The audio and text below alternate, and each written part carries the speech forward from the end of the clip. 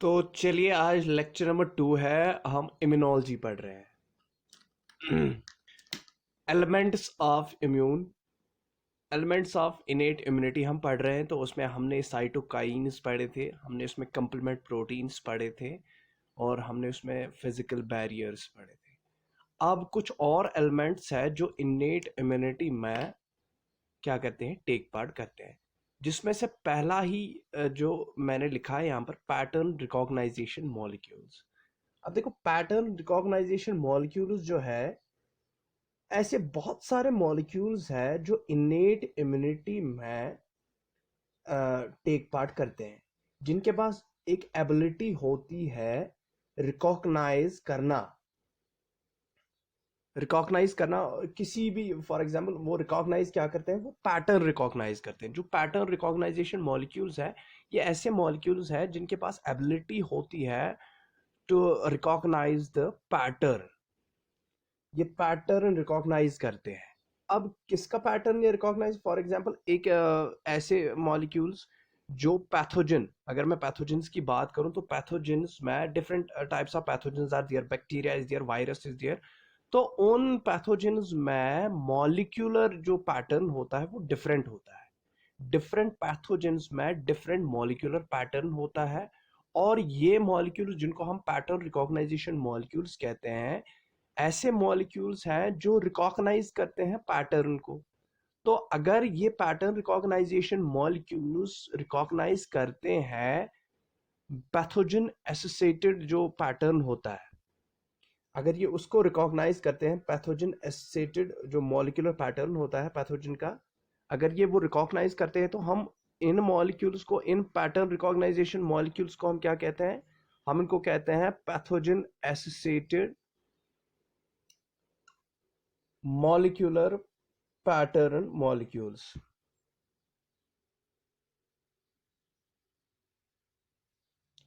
Pipe. तो what are, पहले हम देखते हैं what are pattern recognition molecules. तो पैटर्न रिकॉग्नाइजेशन मॉलिक्यूल्स क्या है? They recognize the pattern, these are the molecules which recognize recognize the pattern. ये पैटर्न को रिकॉग्नाइज करते हैं। अब पैटर्न किसका ये रिकॉग्नाइज करते हैं? पैथोजेंस का। जो पैथोजेंस का मॉलिक्यूलर पैटर्न है, ये इसको रिकॉग्नाइज करते हैं।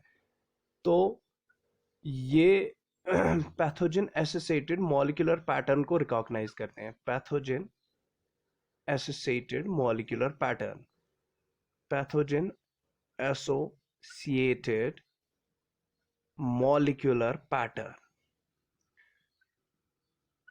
Molecular pattern.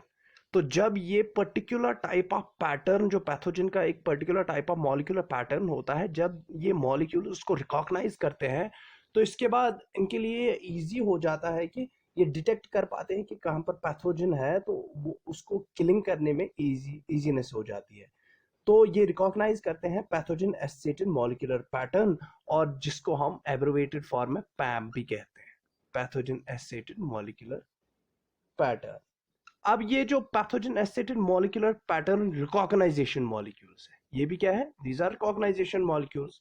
अब ये रिकॉग्नाइजेशन जो मॉलिक्यूल्स है, पैप मॉलिक्यूल्स जो है, पैथोजन एसोसिएटेड मॉलिक्यूलर पैटर्न, जो जो मॉलिक्यूल्स, जो पैटर्न रिकॉग्नाइजेशन मॉलिक्यूल्स इस पैथोजन एसोसिएटेड मॉलिक्यूलर पैटर्न को रिकॉग्नाइज करते हैं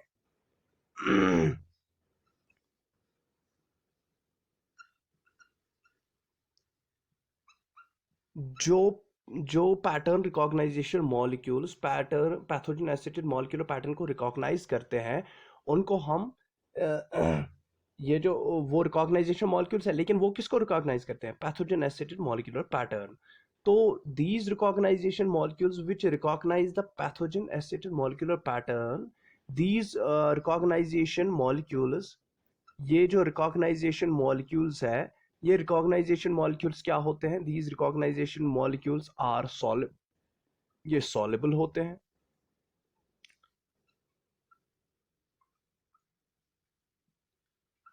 या ये सॉल्युबल भी होते हैं ये, और ये सर्कुलेटिंग प्रोटीन्स हो सकते हैं। these pattern recognition molecules which recognize the pathogen associated molecular pattern, they can be circulating proteins, ये सर्कुलेटिंग प्रोटीन्स भी हो सकते हैं। तो सर्कुलेटिंग प्रोटीन्स भी पैटर्न को रिकॉग्नाइज कर सकते हैं। सर्कुलेटिंग प्रोटीन्स हो सकते हैं ये।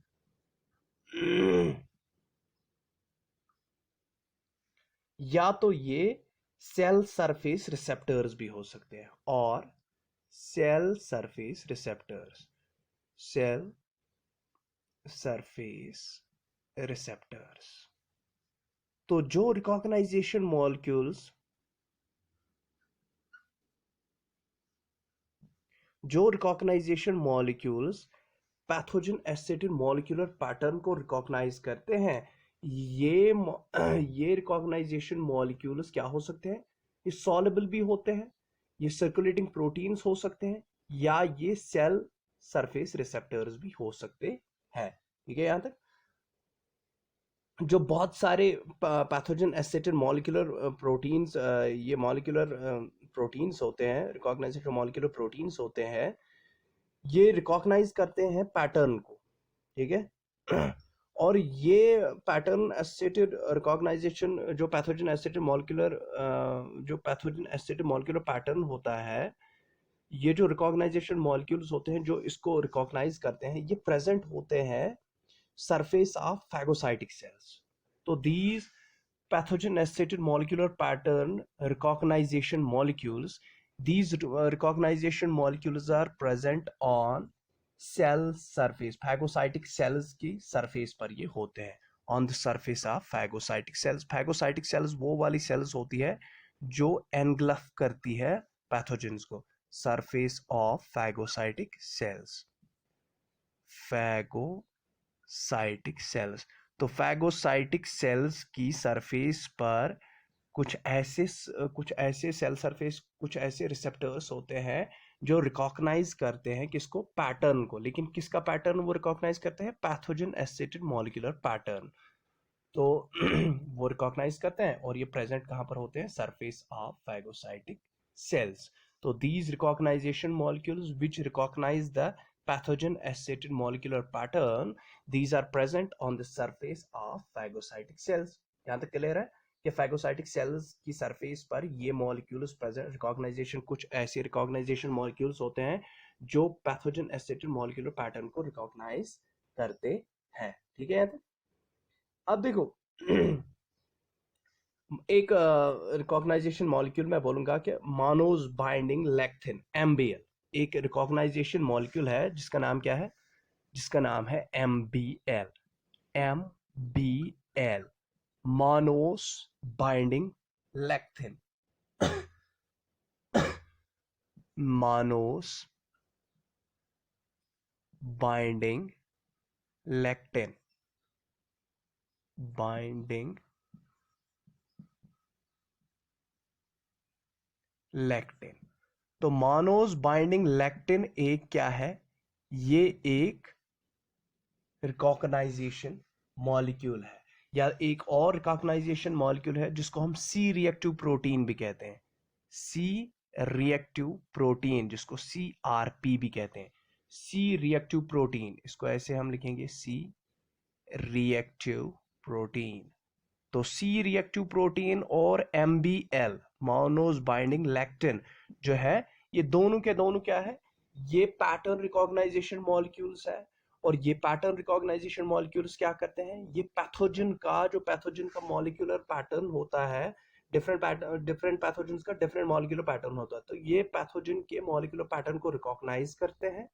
और जब ये रिकॉग्नाइज करते हैं तो उसके बाद उसकी किलिंग इजी हो जाती है।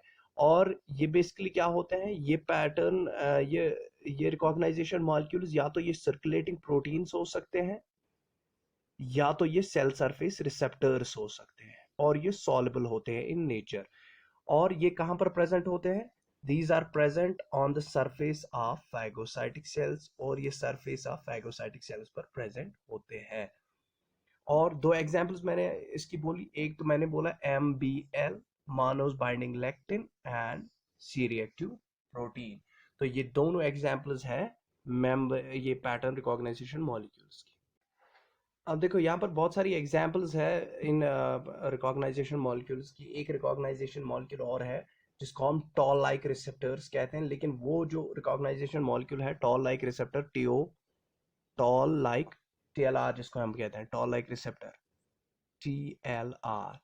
तो टॉल लाइक रिसेप्टर जो है, ये टॉल लाइक रिसेप्टर ये भी एक क्लास है किसका, पैटर्न रिकॉग्नाइजेशन मॉलिक्यूल्स का। ये एक क्लास है जो फंक्शन करता है, लेकिन फंक्शन एक्सक्लूसिवली कौन सी फंक्शन ये करता है, सिग्नलिंग रिसेप्टर्स का। तो ये फंक्शन करता है as signalling receptors, signalling receptors की फंक्शन ये करता है। तो ये भी एक रिसेप्टर ही है, टॉल लाइक रिसेप्टर, टीएलआर, जिसको हम toll like receptor, T O L L, toll like receptor कहते हैं। टॉल लाइक रिसेप्टर ये फंक्शन क्या करता है, ये भी एक पैटर्न रिकॉग्नाइजेशन मॉलिक्यूल है, ये भी एक रिकॉग्नाइजेशन मॉलिक्यूल, लेकिन इसकी फंक्शन क्या है, सिग्नलिंग रिसेप्टर। ये एक्ट करता है एज अ सिग्नलिंग रिसेप्टर, ये भी प्रेजेंट होता है ऑन द सरफेस।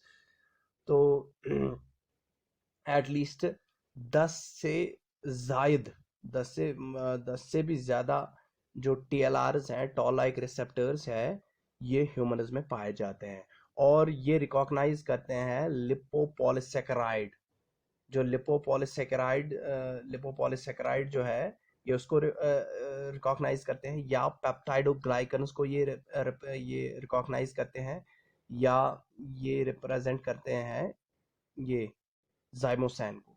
तो जाइमोसैन हो, पेप्टाइडोग्लाइकन्स हो, या लिपोपॉलीसेकेराइड वाला स्ट्रक्चर पैटर्न हो, तो ये लिपोपॉलीसेकेराइड स्ट्रक्चर या पेप्टाइडोग्लाइकन स्ट्रक्चर रिकॉग्नाइज करते हैं। ठीक है, यहाँ तक ये तो हो गया पैटर्न रिकॉग्नाइजेशन मॉलिक्यूल्स, यहाँ तक क्लियर। अब है एक्यूट फेज प्रोटीन्स। तो एक्यूट फेज प्रोटीन्स हम लेते हैं यहाँ पर। एक्यूट फेज प्रोटीन्स को ये एक्यूट फेज प्रोटीन्स की अगर मैं बात करूं, एक्यूट फेज प्रोटीन्स,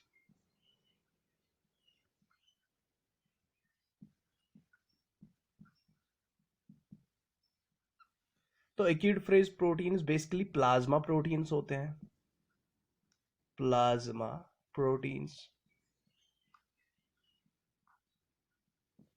और ये मेनली प्रोड्यूस हो जाते हैं लिवर में, mainly produce in the liver. ये लिवर में प्रोड्यूस होते हैं। कहां पर प्रोड्यूस होते हैं, मेनली लिवर में। ठीक है, लेकिन कब ये प्रोड्यूस होते हैं, due as a result of microbial stimulation. अगर कोई माइक्रोब आया, तो on the base, on the result of, या on the stimulation of microbial stimulation. तो जो ही माइक्रोब्स आ जाते हैं, तो on the base of microbial stimulation liver में क्या बनते हैं, लिवर में कुछ प्रोटीन्स बनते हैं जिनको हम एक्यूट फेज प्रोटीन्स कहते हैं। तो एक्यूट फेज प्रोटीन्स कब बनेंगे, जब माइक्रोबल अटैक हो जाएगा, जब माइक्रोबल स्टिमुलस आ जाएगा, तो माइक्रोबल स्टिमुलस से लिवर में एक्यूट फेज प्रोटीन्स बनेंगे। तो इन एक्यूट फेज प्रोटीन्स में एक पहला ही आता है सीआरपी, जो मैंने अभी रिकॉग्नाइजेशन मॉलिक्यूल कहा था। तो सी रिएक्टिव प्रोटीन भी एक क्या है, ये भी ऑन माइक्रोबल स्टिमुलस ही ये प्रोड्यूस होता है फ्रॉम द लिवर। या सीरम एमोलॉइड प्रोटीन है एक, जिसको SAA कहते हैं, serum amyloid protein, serum amyloid protein, amyloid protein. तो ये सीरम एमोलॉइड प्रोटीन हो चाहे CRP हो, ये एक्यूट फेज प्रोटीन्स है जो बनते हैं लिवर में। और ये कब बनते हैं, ड्यूरिंग माइक्रोबियल अटैक। ठीक है, तो इन प्रोटीन से एक्टिवेशन किनकी हो जाती है, कंप्लीमेंट सिस्टम की एक्टिवेशन इनसे हो जाती है। और जो ही कंप्लीमेंट सिस्टम की एक्टिवेशन हो जाती है, और कंप्लीमेंट सिस्टम एक्टिवेट हो जाता है, तो वो एंजाइमेटिक कैस्केड एक्शंस करता है और किलिंग ऑफ माइक्रोब्स कर देता है। ठीक है, ये क्लियर है एक्यूट फेज प्रोटीन्स। अब इसके बाद है एलिमेंट्स ऑफ इनेट इम्यूनिटी में सेल्स का रोल, सेल्यूलर डिफेंस। अब सेल्यूलर डिफेंस क्या क्या होता है किसमें, इनेट इम्यूनिटी में। तो इनेट इम्यूनिटी में बहुत सारी स्पेशलाइज्ड सेल्स जो है, जैसे कि न्यूट्रोफिल्स है, न्यूट्रोफिल्स या मोनोसाइट्स है या मैक्रोफेज है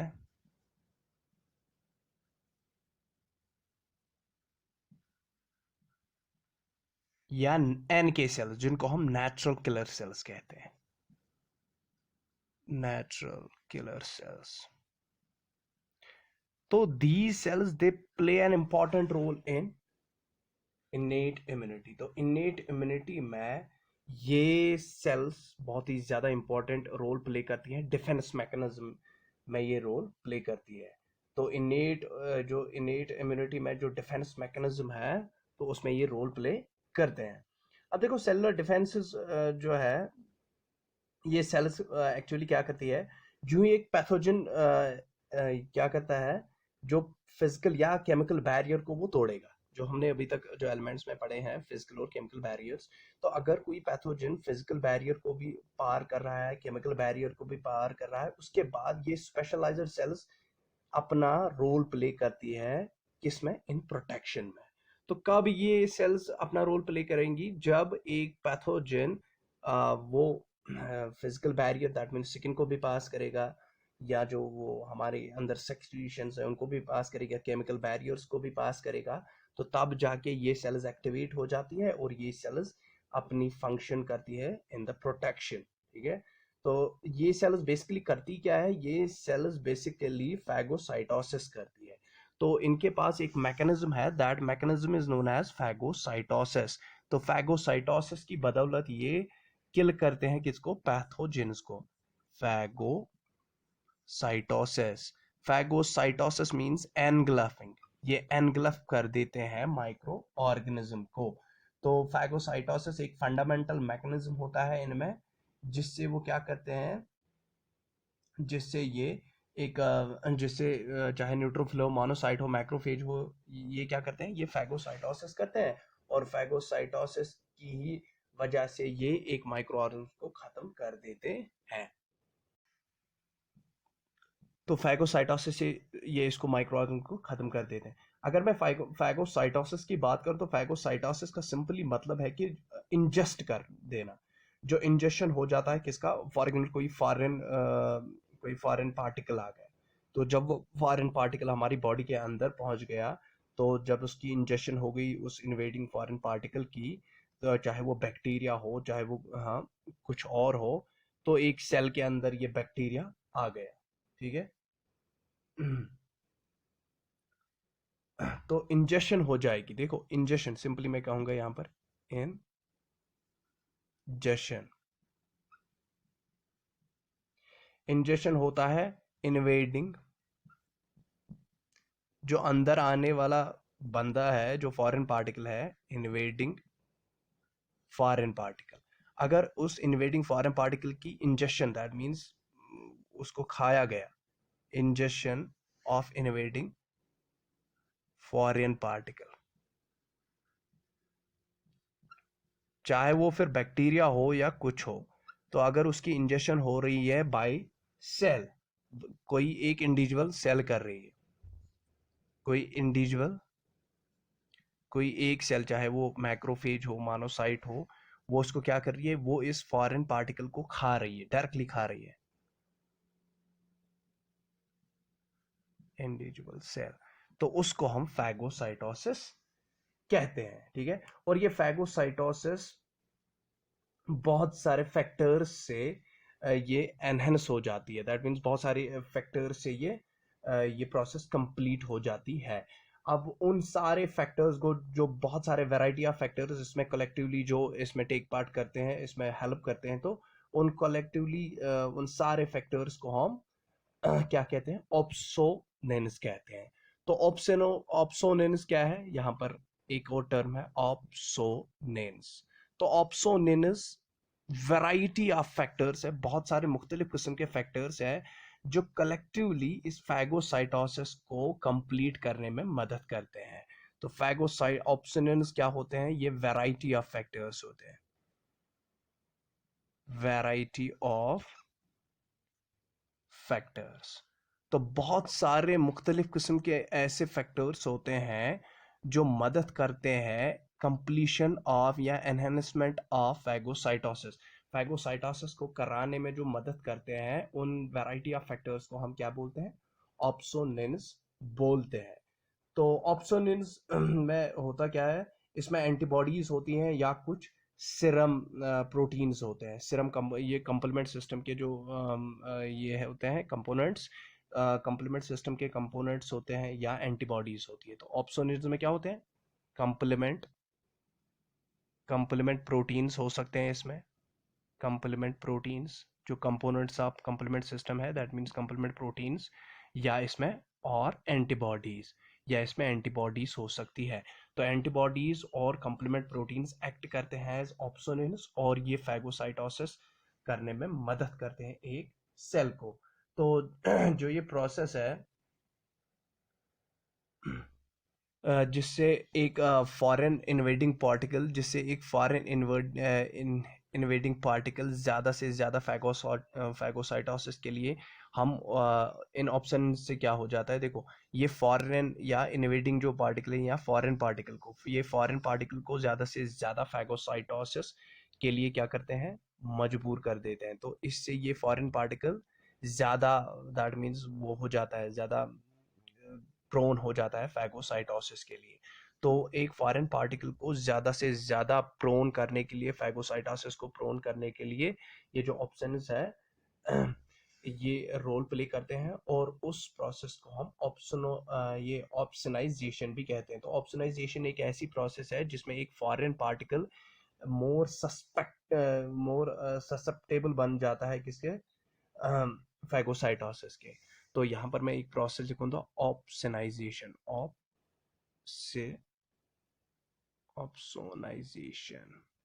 तो ऑप्शनाइजेशन क्या है? ऑप्शनाइजेशन एक प्रोसेस है जिससे एक फॉरेन पार्टिकल ज्यादा से ज्यादा वो प्रोन हो जाता है फैगोसाइटोसिस के लिए। हाँ, प्रोसेस इन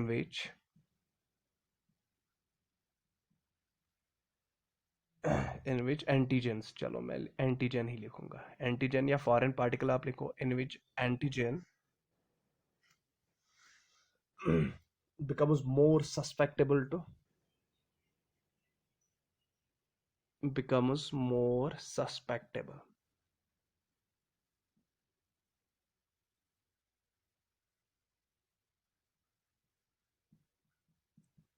to phagocytosis।